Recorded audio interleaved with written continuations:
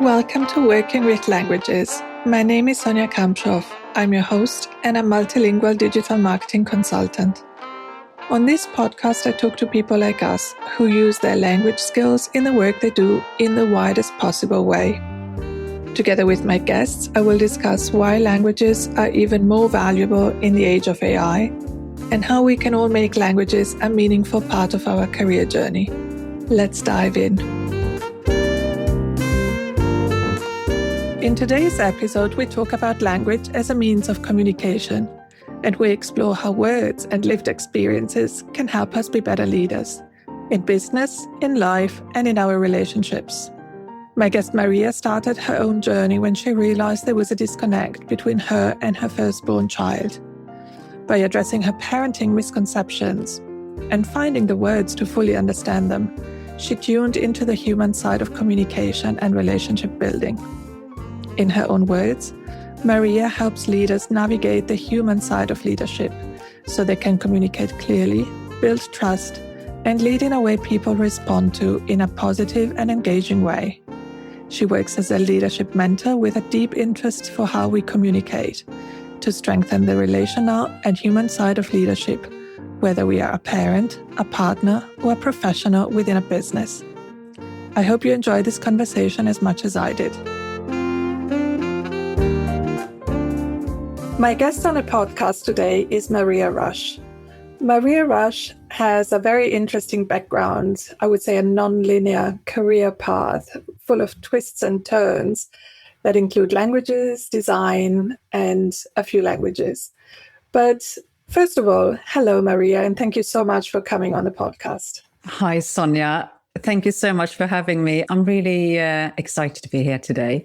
Likewise. So shall we start with my first question that is the same for everyone on the podcast?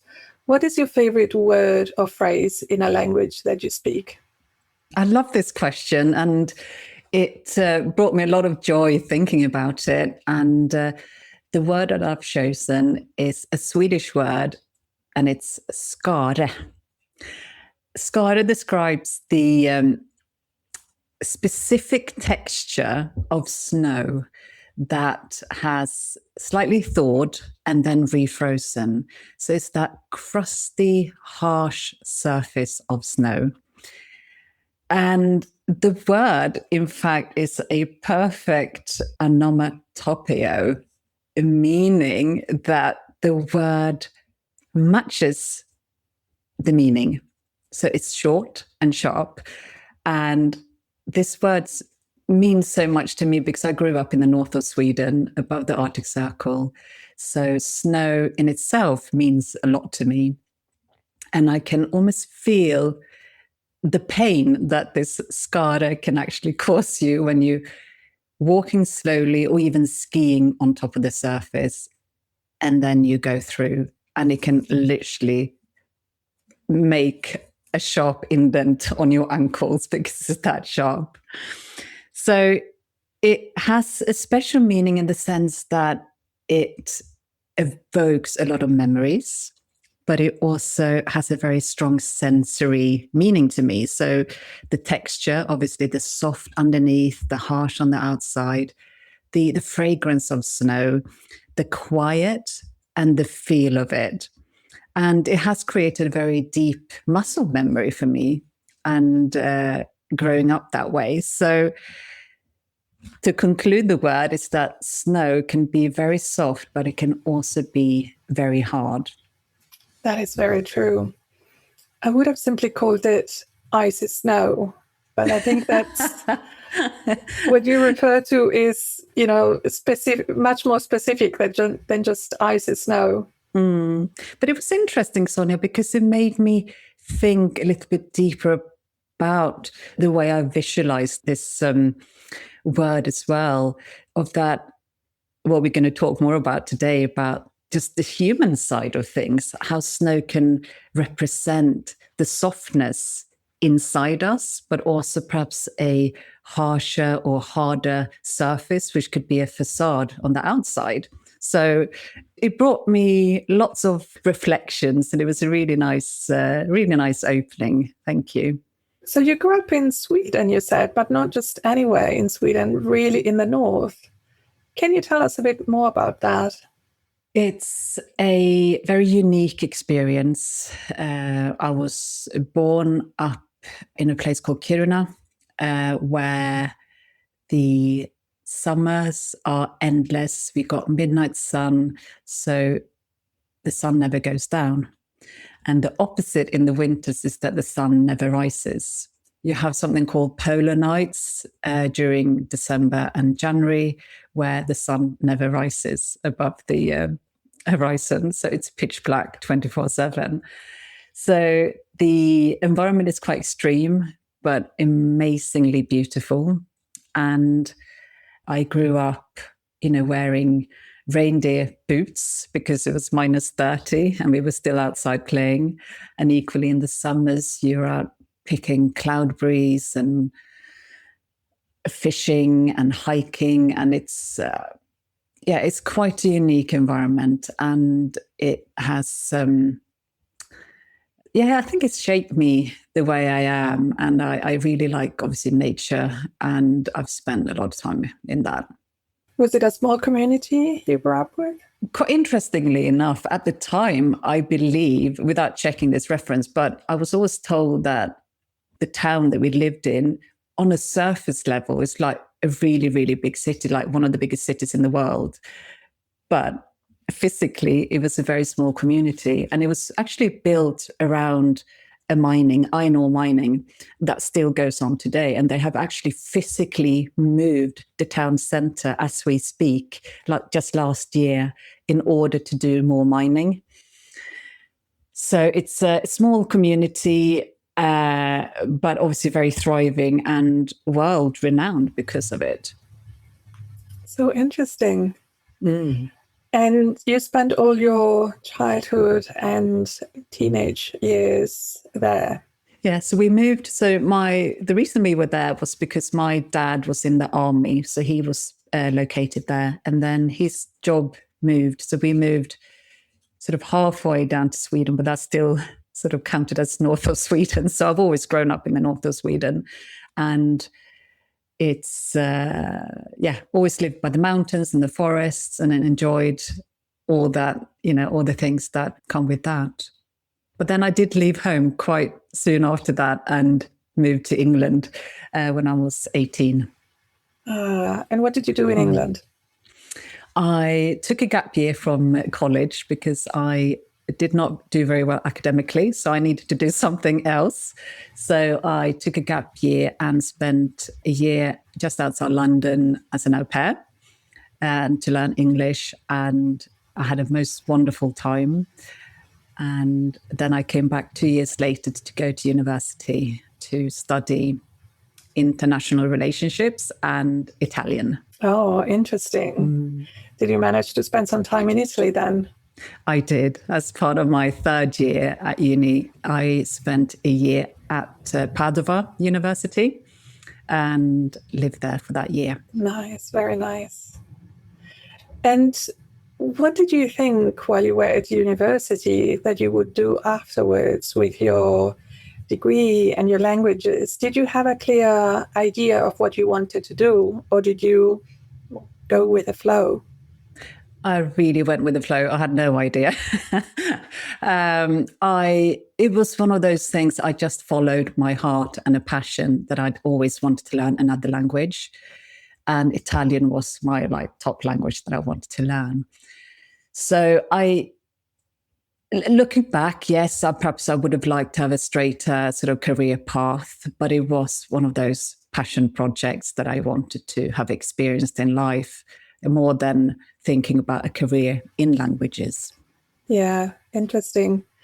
So did you then stay in London, or did you sort of follow your passion for nature and move somewhere else? Yeah, I met my husband at university, and he's from England. So we've taken turns over the years living in the UK in various places, and also taking turns living in Sweden. So that has really been a privilege of ours to be able to enjoy two different countries and two different cultures. And we've always lived close to nature in one way or the other, mainly by the sea in both countries. And I do miss the mountains sometimes, but the sea is a good alternative for me as well. So, yeah, we've enjoyed several years in both countries, and currently we do live in the UK again. And yeah. So throughout the years I know you worked a little bit with languages and you worked with field of Scandinavian design. Tell us more about that, how that progressed. So I've always had an interest and a need for variety. So correctly, as you say, my career path has been quite varied. I've tried different professions within state organizations, private companies, both in the UK and Sweden. And when I look back, I really do see that what's driven me to these different jobs have always been the connection with people and the way we communicate. So whether that is in different languages like Swedish, Danish, English, it has also always had to do with how we communicate in those languages. So throughout my career, I have always put people first, and that in itself has developed into a deeper interest in understanding people, but also foremost, it has given me the experience of experiencing my own leadership and my own way of communicating and actually getting to know me as a person and what's important to me. And what I do today is that I work as a leadership mentor with a deep interest for how we can communicate to strengthen the relational and human side of leadership, whether we are a parent or a partner or a professional within a business. Before we go into that, something that I realized today, preparing for this conversation, I realized that I'm not too sure about the difference between mentor and coach. I was thinking of you more of a coach, but you use the word mentor. Can you help us understand the difference? Yeah, absolutely. I think you can interpret this in different ways. The way I look at the two words differently is that a coach is someone who have perhaps studied coaching and knowing the theories and the strategies and the practices behind it. I look at mentoring as a lived experience. So the way I mentor and help people is very much based on my own life experience. And I can then help people through that lived experience. Oh, very interesting. Very interesting. So, and that probably also has a direct reflection of the people that you work with, in a way that the background and passions, if you like, are similar. Is that right? Yes, it can be. I think the what appeals to me so much is that I can relate to, having worked in so many industries and have had so many different types of jobs. I have met a lot of different people, both different cultures, but also different positions within organizations. And therefore, I have real references to where I know people find themselves in certain situations.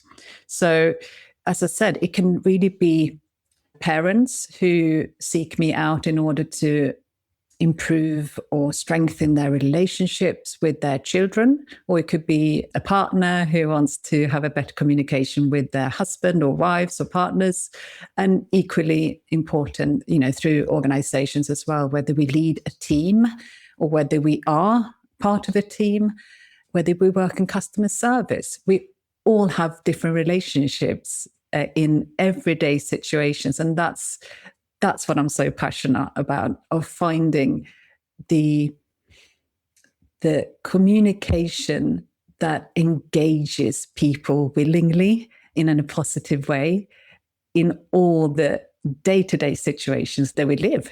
Do you find that there are common themes or challenges or common things that people want to talk about? Yes, I do.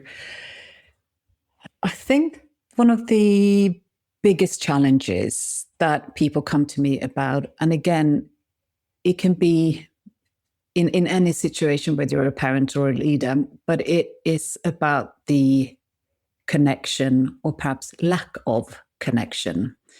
We have a deeper sense that we are doing everything we know, we're doing everything we can, but there's still a sense of friction in our connections. We may feel that we repeat ourselves time and time again, saying the same things, but very little changes. We may feel that people disengage or disagree, and we don't know what to do about it. And of course, this causes internal stress, and it causes sometimes it can affect our confidence. And we often go to the only thing that we know how to is to work even harder, is to trying to convince people even further to get through this.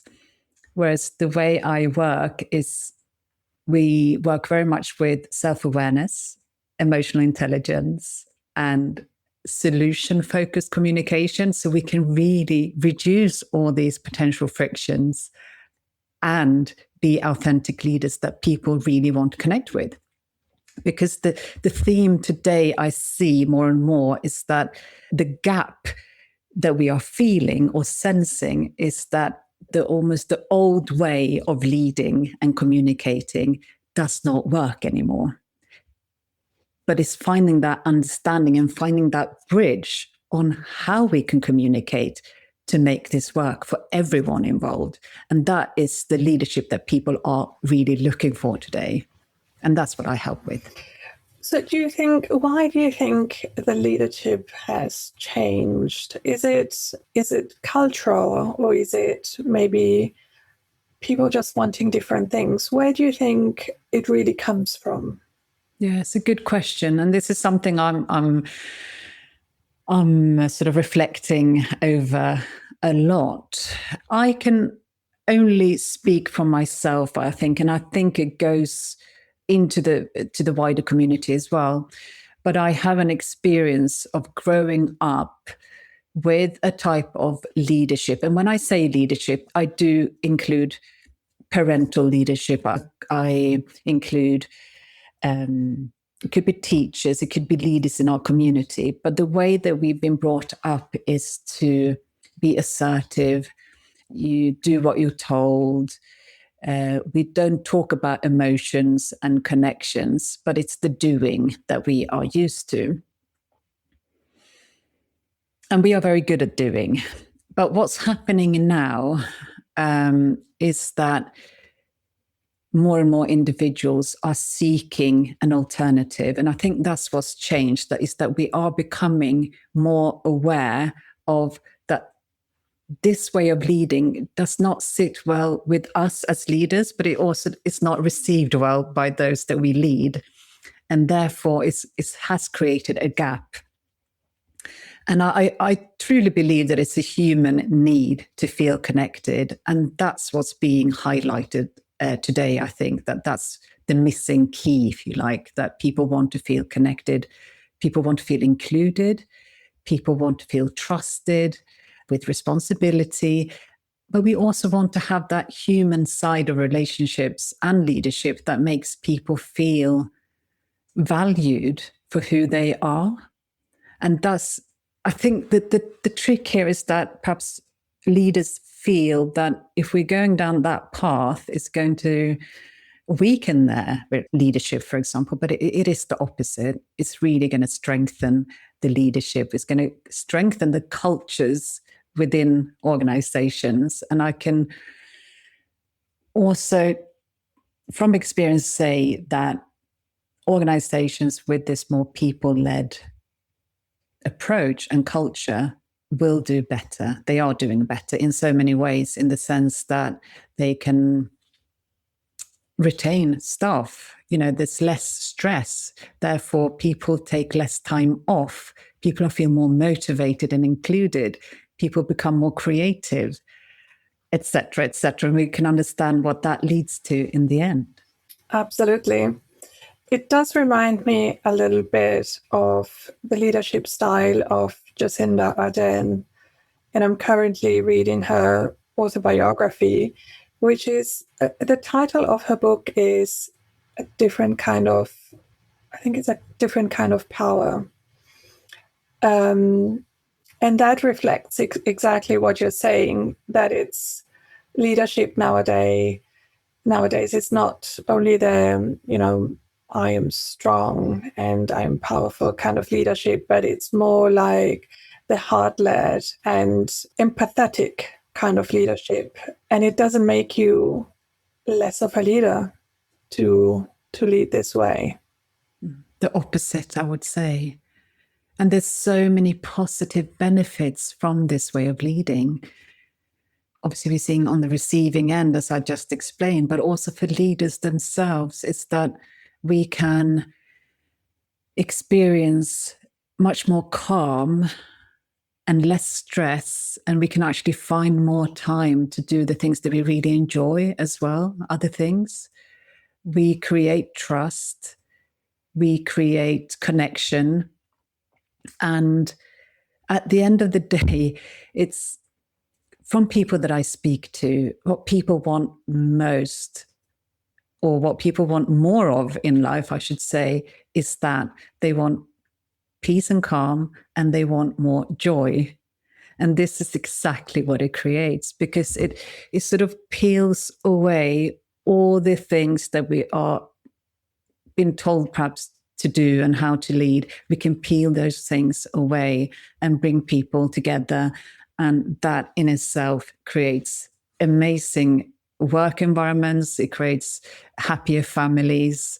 And again, we can talk about mental health, overall well-being. It's something that people are really longing for. But I think the thing perhaps right now is what I'm trying to do is really vocalizing this and putting words onto it. Because I know deep down and perhaps subconsciously, this is what people are looking for. But it's important to talk about and to describe in words so people can recognize it. Absolutely. You say that we all want this human connection, and I agree with it. Do you find having an international background and working with a wide variety of people, also with different backgrounds, do you find that certain cultures are more inclined, are more open to this way of thinking and feeling and working?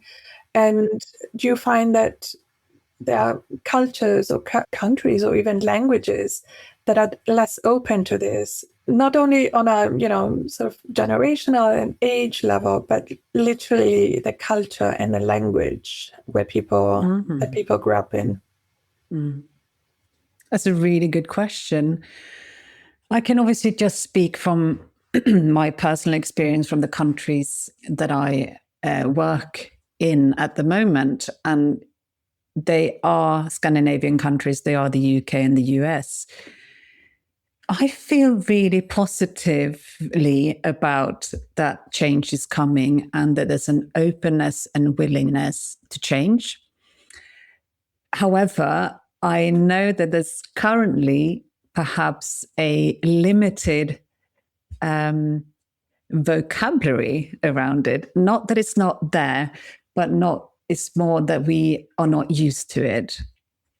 We need to expand our vocabulary. We need to expand our repertoire of words, I find, that we use on a daily basis to describe our needs, but also our emotions. And that in itself is and I know you and I talked about this previously, Sonia, but that for me in itself is a type of language. It's a human language that actually goes over physical boundaries and language barriers. It's almost like a universal language of empathy that you mentioned, compassion, but also being able to name all those words. And when I started this work about 15 years, like properly, when I did all my inner work myself, I literally had to create a list of words because I found myself using the same words every day, and my children picked up on it. So I had to extend my vocabulary, and I still do that today, to really vary things, to fine tune how I describe what I feel and what's important to me. And when I'm able to do that, people respond in a positive way. So I hope I answered your question there, but that's how I see it, as more of a universal language that we can all learn with quite simple means, actually. So when you were looking back, when you had to learn a new vocabulary and you drafted a list of words, did you draft it in English or in Swedish? And which did you find it easier in one language or the other? Yeah, that is such a good point. And I was going to say, I can't remember, but I do remember I did it in English, actually. I did it in English because those words came more naturally to me. Over the years, I've obviously made a Swedish list as well, but they don't quite sit as smoothly with me. So that's a really good point, actually, that you're making. I think you could do whatever suits you best, obviously, but for me, it was the English one that I've used and that I'm expanding on.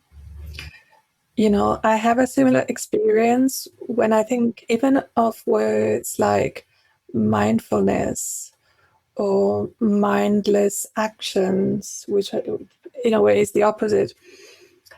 I find that it carries so much more meaning when I say it in English than in any other language. It just doesn't sound quite the same.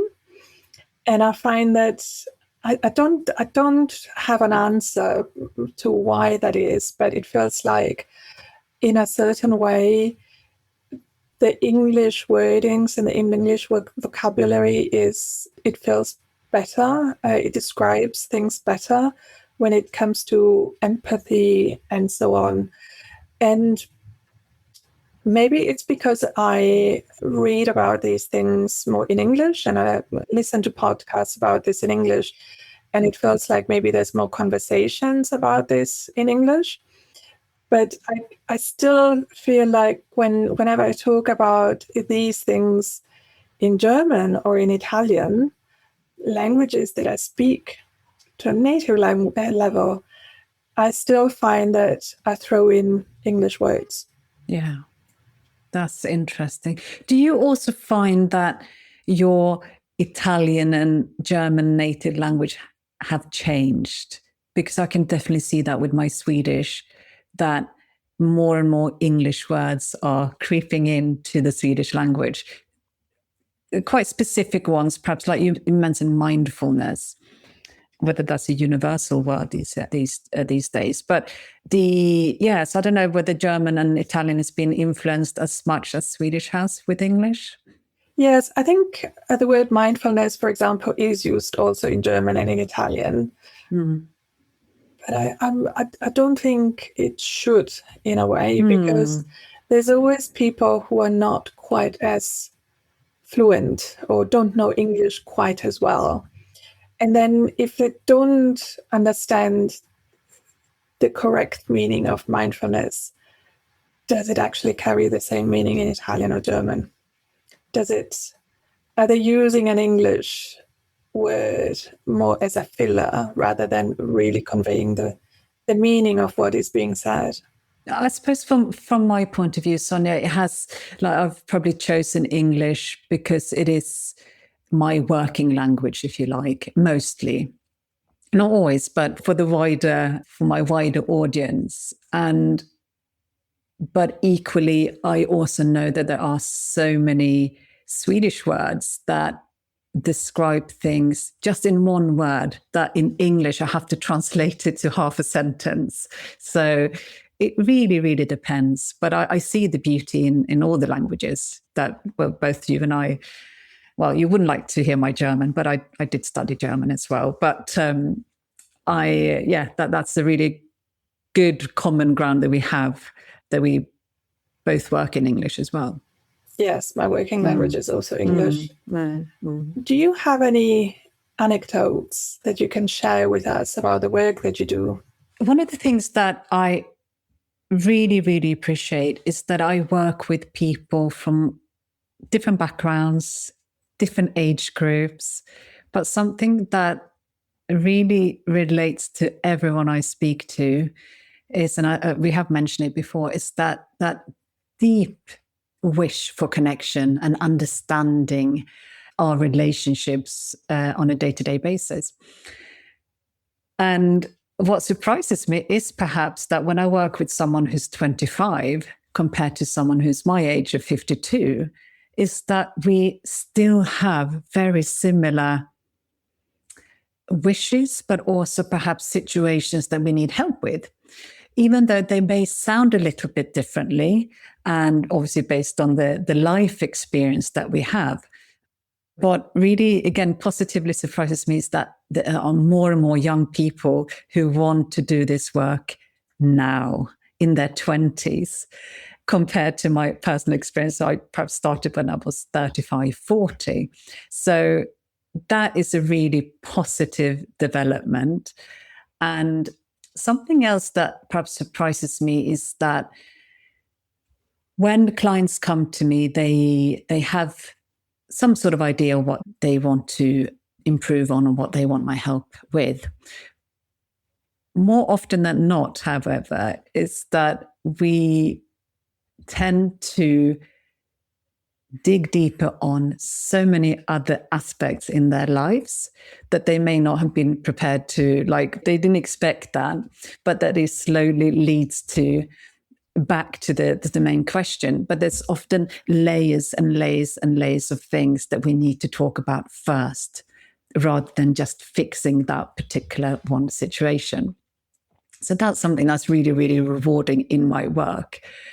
Another side of the rewards of my work is really that everyone that I speak to, I also learn something from, which makes me grow and expand and reflect on all sorts of things, and also my own development. So that is something I'm so grateful for, to have that opportunity, that shared space where a safe space where we can share things and develop together. So that's something I really, really value. It's very encouraging and positive that you say younger people are wishing to learn that. Do you find that, where do you think that comes from? Does it come, do they start thinking about it at school, or is it more through their private time, maybe online? Where do you think that comes from? Yeah, I think it's probably all of those things. I do believe that there's, again, from my personal experience, I got into this specific work through our oldest son, who's now 17. And he's shown me the way that he really needed me to let go of old ways of being a parent, old ways of leading. So I had to look inwards to change my ways in order to be the parent that he needed. And his needs were really the same as my needs when I was a kid, but I was not able to express that the way he was. So that's how my sort of journey started on this. And I do believe that generation, they are interested, but they're also expecting better from us, and they're expecting a different way. So, and that's what I can see with someone who's perhaps 25 today, that there's a totally different acceptance, but also a willingness and an openness to seek help, whether it's through therapy, mentoring. It could be anything to develop themselves and to get more clarity, more calm, more confidence. And they know that they don't have to figure it out all by themselves. It's more acceptable, I think, to seek help these days. That is so positive. And I think the UK, where we both live, is a very good example in that. People talk openly about mental health. Men are not shy about saying they cried about something. And that is something that in a way I find surprising, but I'm very glad to say I'm starting to find it less surprising. And I think it's great that it is being normalized. I think the UK is really leading on this front of the countries that, at least the countries that I'm most familiar with. I see it less so on the continent, on the European continent. Yeah. And I'm very happy about it because it should be normalized. It should be mental health or mental unhealth can affect anyone and also maybe later in life. But if you learn how to deal with it, it can only be of advantage to you and anyone around you in your private life and professional life. So I think it's very good. I'm very happy that the UK are very open about it. Yeah, absolutely. And I think also another point is that this sort of work, it's never too late. It's whether you start when you're 20 or whether you start when you're 45, it will have such beneficial effects on you and the people around you. So and I find that is encouraging, that just because things have been in a certain way previously or generationally, we can change that now, and quite easily. Things are available, help is available. And as I said, the willingness and the openness and also the curiosity is there. So I look at things really positively going forward, and I do appreciate the openness around it. Do you find through your work that do you work more with women or more with men? And do you find that there is a difference between the two? I do work more with women because perhaps I've been in my messaging until quite recently. That's what I've been focusing on because I'm also a woman and I have my own experience to share. But the more I look at this, and that was just a choice that I did because I have worked a lot with parents, women in leadership, etc. But I have my basic and ground focus has always been that it's not about women and it's not about men, but it's about both. It's about all of us. The more balanced and calm women can be, the better off men are going to be. And the better off men can be open and communicative, etc., the more help women will have. So it's about the balance that I am always trying to create in our society or community or family unit. And it's not about being for or against anything, but it's finding what works best for everyone. And that means that we need to find a way to communicate that everyone understands, that covers everyone's needs and wishes. And so that, I think for me, that's the most important thing. And interestingly enough, more men are coming my way now as well, because there is an interest to also being able to communicate in relationships, for example, to communicate differently with your children, with your teenagers, with colleagues at work. So it's a mix. So I'm really, really excited about this. I'm very glad to hear that. That's very positive. And we all have, I think, this picture of a different way of parenting, different way of being a father in Scandinavian countries, much more starting from the fact that they get a more generous parental leave, paternity leave, so they can be with a newborn child for a more extended period of time than in other countries. But I think they do have a different way of parenting, and I think it's very positive that this trend is coming also to the UK and to other English-speaking countries. Yeah, absolutely. No, you're quite right. And my husband and I have been privileged enough to experience that as well for ourselves in our family, having lived in Sweden when our children were young. So, and I know that has created just that physical time that he's been able to spend with our children has created a really good relationship. But again, on top of that, it's that personal responsibility, whether we have the time off from work, like you mentioned, or not. But it's finding that courage and the curiosity again to find ways to communicate with the people that matter the most. It's what's, for me, it's what's pivotal in life, definitely. I find it interesting that you use the word curiosity, because people who are curious want to learn new things, and they are willing also to, when you learn new things, sometimes you have to ask questions that, we say that there's no stupid question, but sometimes you feel stupid for asking certain questions. But people who are curious have the openness of asking all questions that they wish to know an answer for. And that is so important, that, the willingness of being open and honest, that goes hand in hand with creativity and curiosity. Absolutely. And it's also a very vulnerable position to be in.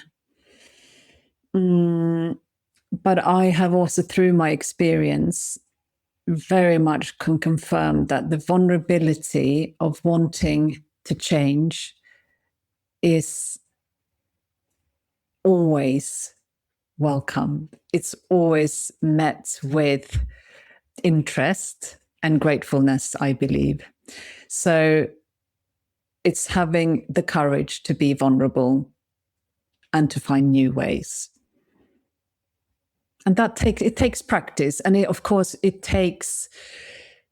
I always encourage people that I work with to, and that's why it's important to have it in a safe environment when you start this work, to take small steps, be vulnerable with people that you trust, that you feel safe with, test things out, be open about what you're trying to achieve. And people are more than ever, I think, so willing to listen and so willing to help when you can explain where you're going. So it's, encouraging more of these conversations. Absolutely. The people that you work with, how long do you work with them for? Is it a couple of sessions? Is it over many months? Yeah, it varies. So I have different ways of working with this. So I do, for example, a group program, which is shorter. So I do 4 sessions, about an hour and a half each session. And there's sort of training in this, but also mentoring at the same time. We do them in small groups of max 10 people. So it's sort of a safe space to share and to reflect. And whether that is in a private setting with private people, or it could be within an organization as well. And then I do longer one-to-one mentoring, normally, spread over about 6 months, where we go a lot deeper. It's still, training and very practical tools, but really looking at deeper conversations, deeper sort of practical day-to-day situations that someone needs help with. So it varies the way I work, depending on what your needs are and what your aim is, of course, as well. Do you work also in person with people, or is it only online? It's mainly online, so I can reach as many people as possible. But I do also work within physical organizations, or it could be that I have a retreat with someone, or that I go to a company and do a seminar or public speaking. So It does vary, absolutely.